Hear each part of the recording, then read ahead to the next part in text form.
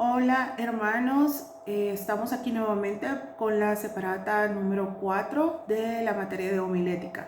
Estamos a punto ya de poder realizar el primer parcial que nosotros vamos a hacer la próxima semana. Yo voy a estar enviando detalles para poder hacerlo, ¿verdad? Así que vamos a tomar en cuenta el laboratorio 1, laboratorio 2, laboratorio 3 y laboratorio 4 para poder realizar lo que es el parcial número 1 de homilética.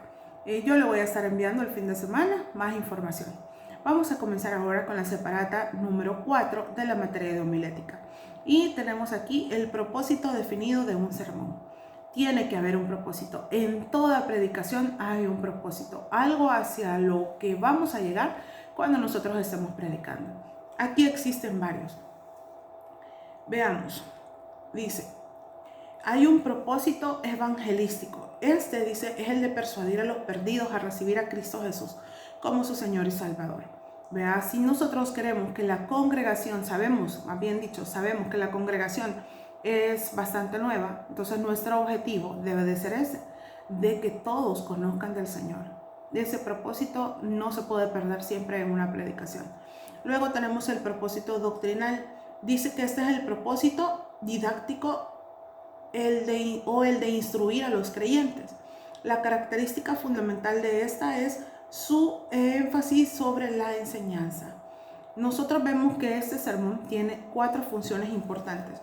Una de ellas es que responde al deseo de aprender, previene a la iglesia en contra de los estragos de la doctrina falsa, anima a la actividad constante, y tenemos el cuarto que dice que contribuye al crecimiento intelectual y espiritual del predicador. El que predica este tipo de sermones dice tiene que estudiar más, pero la predicación debe ser sencilla, positiva y práctica, ¿verdad? Si yo quiero hablar de algo profundo de la Biblia, ¿verdad? Por ejemplo, como estudiar el Apocalipsis o estudiar otros libros proféticos, yo lo puedo hacer a través de este propósito, el propósito doctrinal. Luego tenemos aquí el propósito de devoción, que dice que este lo que hace es intensificar a los creyentes al sentimiento de una amorosa devoción para con Dios. Si yo quiero eso, mi propósito tiene que ser de devoción. Luego tenemos un propósito de consagración. Este es el propósito de estimular al creyente a dedicar sus talentos, tiempo e influencia al servicio de Dios. Si yo quiero que toda la congregación o que todas las personas que están oyendo puedan venir y tener una constante dedicación de todo lo que hacen hacia Dios, lo hacemos a través del propósito de consagración. Luego tenemos el propósito ético o moral, y este es el propósito de ayudar al creyente a normar su conducta diaria y sus relaciones sociales de acuerdo con los principios cristianos. ¿Qué significa eso? Aquí hay 2 tipos de temas y están ahí en su separata. Los temas morales, ético-morales que menciona la Biblia, y los temas de actualidad que no los menciona la Biblia. Por ejemplo, tenemos el tema moral que está dentro de la Biblia, que nos indica de que no se puede cometer fornicación. ¿Qué significa eso? Que eso lo podemos sustentar en la palabra de Dios de una manera directa. Pero también tenemos el tema, por ejemplo, el de no fumar. ¿Cómo le enseño yo a los hijos de Dios que no deben de fumar? No, en la Biblia no hay un versículo específicamente que dice que no debes de fumar, sino que yo tengo que buscar versículos que me ayuden a relacionar qué es lo que hace el fumar en la vida del creyente, qué es lo que hace, daña su cuerpo, daña su entorno, daña muchas cosas. Entonces yo puedo tomar aquel versículo donde dice que nosotros somos templo y morada del Espíritu Santo. Si somos templo y morada del Espíritu Santo, debemos de cuidar nuestro cuerpo. Entonces así hay temas que no los vamos a encontrar dentro de la Biblia de una manera específica como un tema en sí, pero sí hay muchos versículos que apoyan y van a ampliarnos, ¿verdad?, en lo que es el tema. Luego tenemos el propósito de dar aliento. Este tipo de predicaciones se da más que todo en los velorios, ¿verdad? Cuando se va a un velorio, ¿verdad?, y se tiene que predicar, el propósito de esa predicación debe ser el de dar aliento. Luego tenemos el propósito específico. Dice que este consiste en aplicar de un propósito grande, ¿verdad? Y nos vamos a la necesidad espiritual más apremiante, ¿verdad? Yo puedo evaluar, ¿verdad? Si me invitan a predicar a algún lugar y pregúntale al pastor, ¿de qué puedo hablar? Él nos puede dar algunos temas y yo venir y definir una predicación basado en uno de esos temas, ¿verdad? Pero eso es a opción de cada predicador.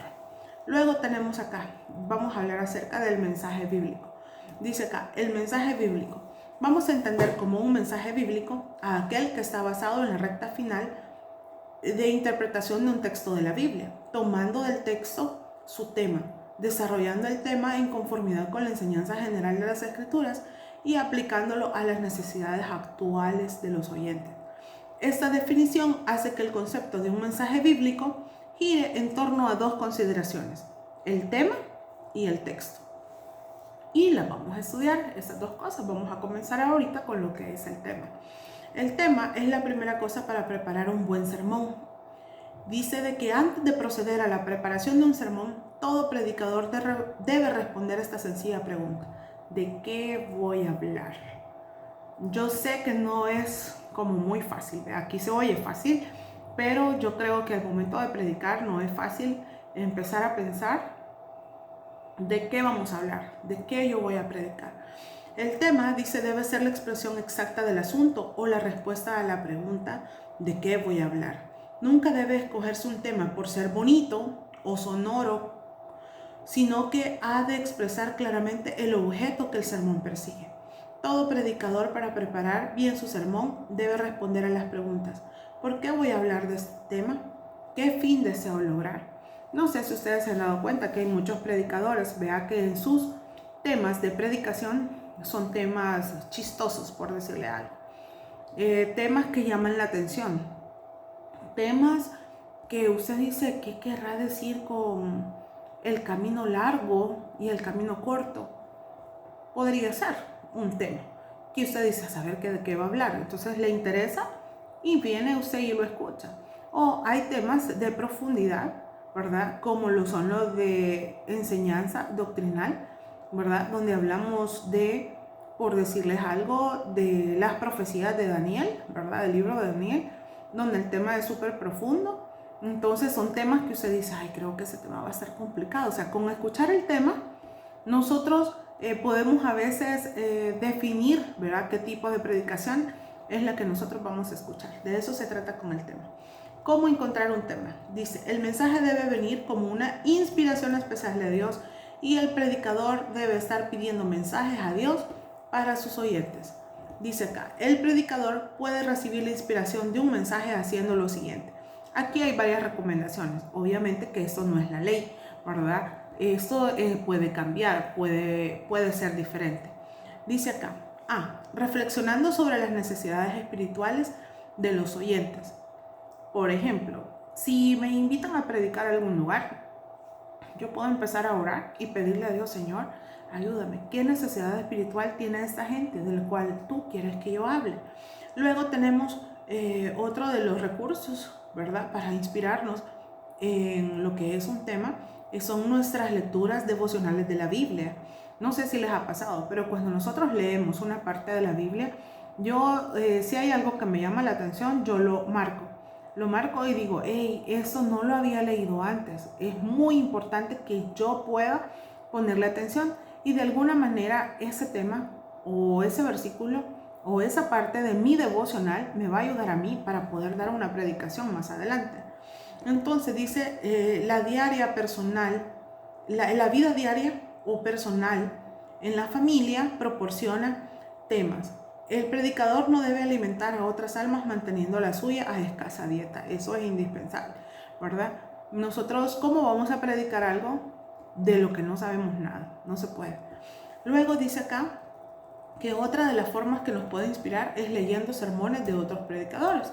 Pero el predicador no debe ser insípido bajo la pretensión de ser original, ni debe fijarse tampoco en las despensas de otros para alimentar a su propia familia. Es decir, ¿qué significa eso? Yo puedo escuchar las predicaciones de otros, pero no me voy a basar en eso para mi tema en sí, sino que puedo tener las ideas y todo y armar algo para mí, gente, para la que yo le voy a predicar.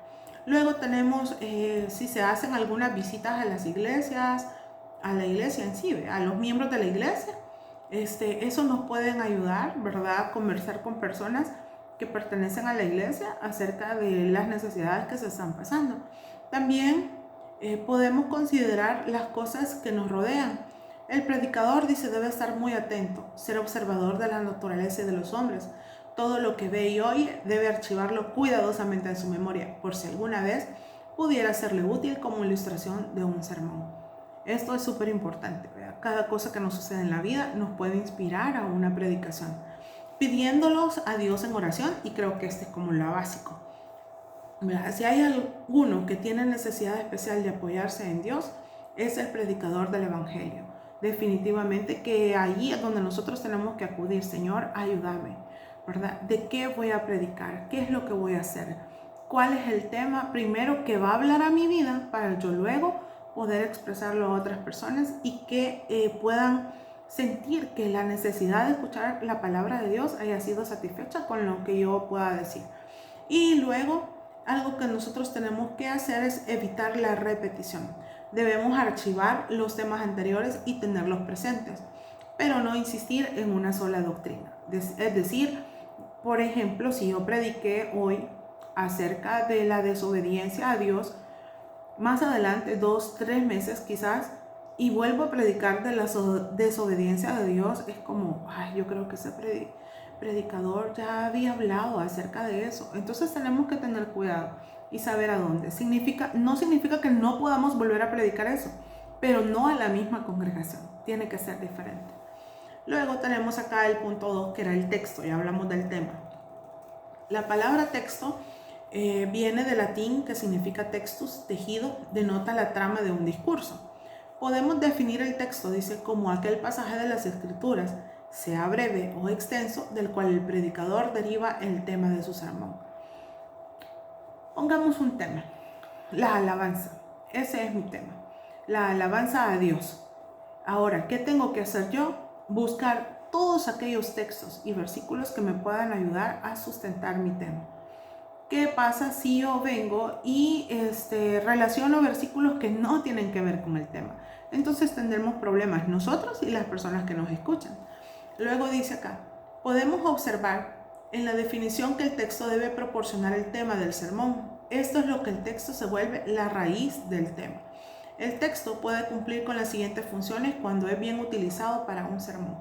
No es cuestión de la forma de la predicación, sino de la esencia misma. Y el texto debe constituir una unidad completa de pensamiento. Es decir, aquí pueden suceder dos cosas. Puede ser que tengamos un tema primero y no tengamos el texto. O puede ser que yo tenga el texto primero y no tenga un tema. De igual manera, las dos cosas no funcionan, ¿verdad? Solamente que acá tenemos que pedirle dirección a Dios para saber qué tema y cómo es que nosotros vamos a desarrollar lo que nosotros tenemos pensado, ¿verdad? Hay otras cosas, ¿verdad? Dice que hay unas ventajas de tener un texto para cada sermón, y es que ayuda a conseguir la atención de la congregación. Pasar cada mensaje en alguna porción de la Biblia reviste el mensaje de autoridad. O sea, significa que yo no voy a estar hablando, o sea, no es simple oratoria, hablar de un tema, sino que vamos a estar fundamentados en lo que es la palabra de Dios. Dice, ayuda al predicador en la preparación de su mensaje. Como mínimo, dice, le enseña su tarea inicial, la de interpretar rectamente el texto escogido. Eso es súper importante. Evitará que el predicador se agote, siempre contará con material para poder predicar. Y el último punto dice que contribuye al crecimiento tanto del predicador mismo como de su congregación. Y luego tenemos acá unas sugerencias para la selección del texto. Y dice acá, el predicador debe escoger un texto que se apodere de su propio corazón. Es como le digo, nosotros tenemos que orar y pedirle a Dios que nos ayude a elegir un versículo. Podría ser eso. O si tenemos el tema, Señor, ¿qué versículo de la Biblia se apega más a lo que yo quiero hablar? Luego tenemos el punto número 2, donde dice dentro de las sugerencias, el texto escogido debe tener un mensaje que contribuirá a la satisfacción de la necesidad específica, más apremiante de la congregación. El tercero dice, debe haber una saludable variedad en los textos escogidos. Es decir, nosotros tenemos que tener una gama ¿verdad?, de textos de los cuales nosotros podemos escoger. Luego dice, por regla general es de aconsejarse la selección de textos que sean claros en su sentido, porque a veces podemos encontrar textos que tengan palabras o cosas que ni nosotros entendemos, pero que solo nos gustó el texto. Entonces tenemos que tener bien definido qué es lo que dice. Generalmente es mejor escoger un texto que hacer hincapié sobre los aspectos positivos del cristianismo. Eso es súper importante, ¿verdad? Es lo que le digo. Una predicación no es simple oratoria, solo es hablar de un tema, sino que nosotros nos basamos en la palabra de Dios. Hay ventajas positivas de parte de los textos que presentan la forma, que presentan la verdad en una forma concreta, más bien que abstracta. Y eso es así, ¿verdad? Si yo estoy basada en la palabra de Dios, lo que yo voy a decir tiene un fundamento. Y el último punto de la sugerencia se dice que es recomendable al principio de un ministerio que el predicador deba limitarse a un solo texto para cada sermón. Eso es importante porque a veces muchos textos nos pueden aturdir y de repente nos perdemos. Entonces, o que todos los textos tengan relación uno con otro, eso es súper importante. Y tenemos unas últimas 2 recomendaciones para la preparación de un sermón. Uno de ellos se llama el semillero homilético. Esta me encanta mucho, de verdad que creo yo que es algo que nos puede funcionar. Dice, las ráfagas de ideas que suelen llegar mientras se medita en la palabra, al estar leyendo algún libro o revista, mientras se escucha un sermón u otras maneras, deben ser anotadas en el acto, ya que pronto se esfumarán. Ese conjunto de ideas anotadas constituye su semillero homilético. Por ejemplo, usted está leyendo la palabra en su devocional. De repente dice, este sermón, este texto me puede ayudar para un sermón. Anotarlo, tener una libretita y decir, anotar versículo tal y tal y guardarlo, ¿verdad? Esas ideas. Por ejemplo, usted puede estar sentado en algún lugar y de repente le viene a su mente algún versículo. Y usted dice, ¿por qué me vino eso? Lo voy a anotar. Nosotros es bueno que vayamos anotando todas esas cosas. Porque después, tal vez en el momento no le hayamos sentido, pero después Dios nos puede estar revelando algo que más adelante nosotros vamos a usar para predicar. Y 2 recomendaciones para el semillero homilético son: el predicador debe andar provisto de lápiz o una pluma y de algún pedacito de papel en blanco, en el cual pueda anotar los textos o las ideas iniciales para sermones que se le ocurran. Porque esto puede venir donde quiera que usted esté. Luego dice, el siguiente punto dice, debe formarse el hábito de anotar dichos textos o ideas en el mismo momento en que se le presentan a la mente para evitar que se olviden. Es importante anotar, porque uno dice, ¿cuál era el versículo que se me vino a la mente? Y ya se me olvidó. Si no lo hacemos en el momento, se nos va a olvidar. Y a veces, y no sé si a ustedes les ha pasado, pero de noche cuando uno está durmiendo, de repente vienen como textos o cosas a su mente y usted se despierta y dice, ¿qué fue esto? Levántese, anote, ¿verdad? Porque a veces Dios siempre nos habla y nunca sabemos cuándo un texto que Él nos ha dicho nos va a servir para nuestra vida o para ayudar a alguien más. Y luego tenemos otra de las cosas importantes, es la interpretación del texto. Dice, interpretar y aplicar el texto de acuerdo con su significado es uno de los más sagrados deberes del predicador. La recta interpretación de cualquier pasaje de las Escrituras envuelve 2 propósitos. El primero es el de descubrir el sentido exacto de lo que los autores inspirados dijeron. Y el segundo es el de discernir la aplicación práctica de su mensaje para nuestros días. Un versículo es importante que podamos hacer esto, esas 2 cosas.